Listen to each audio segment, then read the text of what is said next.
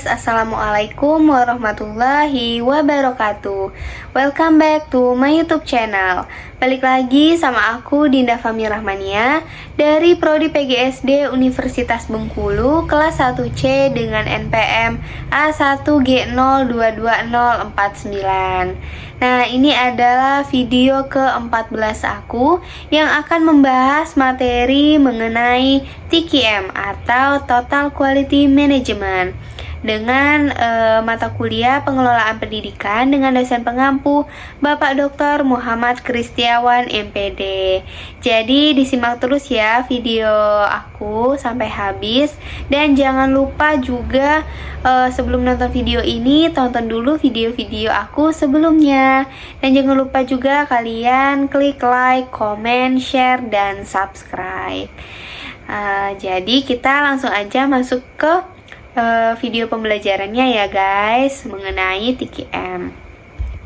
Nah, pada bab 14 ini kita akan membahas mengenai Total Quality Management. Nah, sementara ini adalah bab terakhir dari mata kuliah pengelolaan pendidikan. Nah, pada bab 14 ini kita akan membahas 6 subbab atau 6 pokok bahasan. Nah, yang pertama yaitu konsep dasar Total Quality Management atau TQM. Yang kedua, pemikir-pemikir Total Quality Management atau TQM. Yang ketiga, implementasi Total Quality Management atau TQM. Dan yang keempat, pilar Total Quality Management atau TQM. Yang kelima, hambatan implementasi Total Quality Management atau TQM di lembaga pendidikan. Dan yang keenam, filosofi baru. Jadi simak terus sampai habis ya videonya, dan jangan lupa juga dicatat materi-materi yang penting. Nah, kita masuk ke materi yang pertama, yaitu konsep dasar TQM.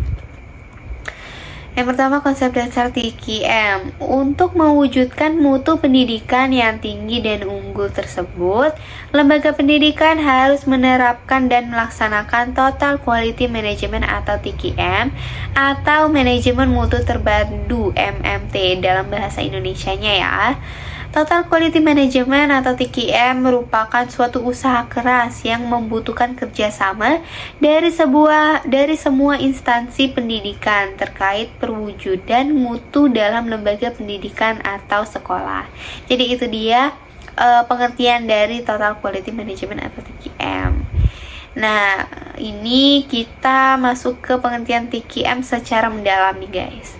Menurut Zahro 2013, TQM merupakan suatu pendekatan dalam usaha memaksimalkan daya saing melalui perbaikan secara terus-menerus atau continue improvement atau JAS, manusia, produk, dan lingkungan. TQM adalah suatu keinginan untuk selalu mencoba mengerjakan segala sesuatu dengan selalu baik sejak awal. TQM tidak menyediakan kesempatan untuk memeriksa kalau ada yang salah. Gotts dan Davis mengemukakan bahwa TQM dapat ditinjau dari dua aspek, yaitu yang pertama, TQM atau Total Quality Management didefinisikan sebagai suatu pendekatan dalam menjalankan usaha dengan memaksimalkan daya saing melalui penyempurnaan yang terus-menerus atas produk, jasa, manusia, proses, dan lingkungan organisasi. Nah, aspek yang kedua yaitu menyangkut cara pencapaiannya dan berkaitan dengan lingkungan serta dengan 10 karakteristik. Jadi itu dia pengertian secara mendalam mengenai TQM.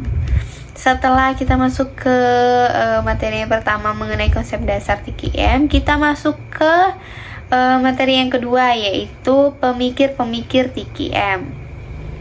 Pemikir-pemikir TQM ini terdiri dari 4, yaitu yang pertama, Edward Deming 1990 sampai 1993. Yang kedua, J.M. Juran 1904 sampai 2008. Yang ketiga, Armand V. Feigenbaum 1992. Yang keempat, Philip B. Crosby 1926 sampai 2001. Nah, sukses yang telah diraih oleh para ahli tersebut dalam bidang ekonomi banyak mengilhami para ahli dalam bidang pendidikan untuk menerapkan manajemen mutu berdasarkan konsep-konsep tokoh tersebut, walaupun melalui adaptasi-adaptasi teori. Nah, jadi itu dia pemikir-pemikir dari TKM. Masuk ke materi yang ketiga mengenai implementasi TKM di dalam pendidikan. Mutu dapat diukur dari kepuasan pelanggan atau pengguna pendidikan. Beranjak dari hal-hal tersebut, Zahro 2013 menurutnya ada beberapa hal yang harus diperhatikan dalam implementasi TQM atau Total Quality Management dalam lembaga pendidikan, yaitu sebagai berikut. Yang pertama yaitu adanya perbaikan secara terus-menerus atau continue improvement. Yang kedua adanya standar mutu. Yang ketiga adanya perubahan budaya atau kultur atau change of culture. Yang keempat, adanya perubahan organisasi. Dan yang kelima, adanya usaha untuk mempertahankan hubungan baik dengan pelanggan. Jadi itu dia implementasi TKM di dalam pendidikan. Lanjut ke faktor-faktor yang mempengaruhi kurikulum dalam TKM. Ada empat faktor nih. Yang pertama, leadership. Yang kedua, rekrutmen dan pelatihan. Yang ketiga, sistem reward. Yang keempat, aturan organisasi. Dan yang kelima, budaya kerja. Jadi itu faktor yang mempengaruhi kurikulum dalam TKM. Masuk ke materi yang keempat mengenai pilar total TKM. Craig dan Crutchfield 1962 mengemukakan bahwa terdapat 5 pilar penting dalam keberhasilan TKM, yaitu organisasi, kepemimpinan, komitmen, proses, dan produk. Dapat kalian lihat pada layar organisasi pilar penting itu, 5 pilar penting itu saling berkaitan. Nah, lanjut ke materi yang kelima, yaitu mengenai hambatan implementasi TKM di dalam pendidikan. Nah, setidaknya terdapat 2 faktor yang dapat menjelaskan mengapa upaya perbaikan mutu pendidikan selama ini kurang atau tidak berhasil menurut Zahro 2013. Antara lain, yang pertama, strategi pembangunan lebih bersifat input oriented. Strategi yang demikian lebih berstandar pada asumsi bahwa bila mana semua input pendidikan telah dipenuhi, seperti penyediaan buku, alat belajar lainnya, sarana pendidikan, pelatihan guru, dan tenaga kependidikan lainnya, maka secara otomatis lembaga pendidikan akan dapat menghasilkan output atau keluaran yang bermutu sebagaimana yang diharapkan. Nah, yang kedua, faktor yang kedua yaitu pengelolaan pendidikan selama ini masih bersifat makro oriented, diatur oleh jajaran birokrasi di tingkat pusat. Akibatnya, banyak faktor yang diproyeksikan di tingkat makro atau pusat tidak terjadi atau tidak berjalan sebagaimana mestinya di tingkat mikro atau lembaga pendidikan. Dengan kata lain, kompleksnya cakupan permasalahan pendidikan seringkali tidak dapat diperkirakan secara utuh dan akurat oleh birokrasi pusat. Jadi itu dia mengapa upaya perbaikan mutu kurang atau tidak berhasil. Ada dua faktor nih. Nah, jadi kita masuk ke materi yang keenam, materi terakhir dalam pembahasan TKM, yaitu mengenai filosofi baru.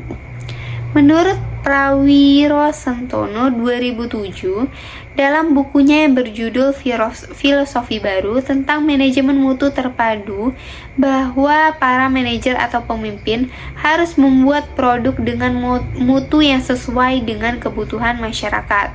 Tujuannya agar produk yang dibuat dapat dipakai dalam masyarakat karena produk mempunyai mutu yang sesuai dengan kebutuhan masyarakat.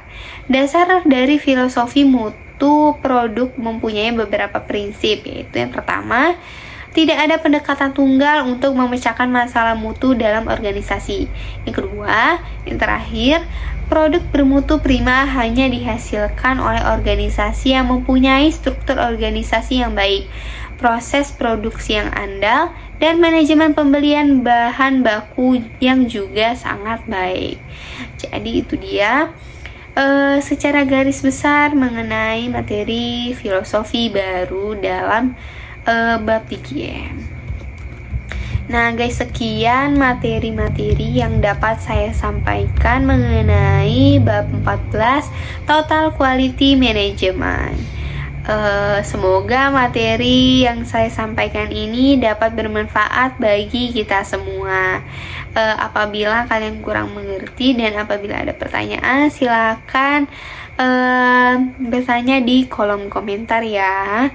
Dan jangan lupa juga tonton video-video aku yang sebelum-sebelumnya ya guys. Dan jangan lupa klik like, comment, share, dan juga subscribe. Ini adalah video terakhir aku, jadi sampai jumpa. Apabila saya ada salah kata, saya mohon maaf. Sampai jumpa di video-video selanjutnya, di mata kuliah selanjutnya ya guys. Wassalamualaikum warahmatullahi wabarakatuh. Dadah.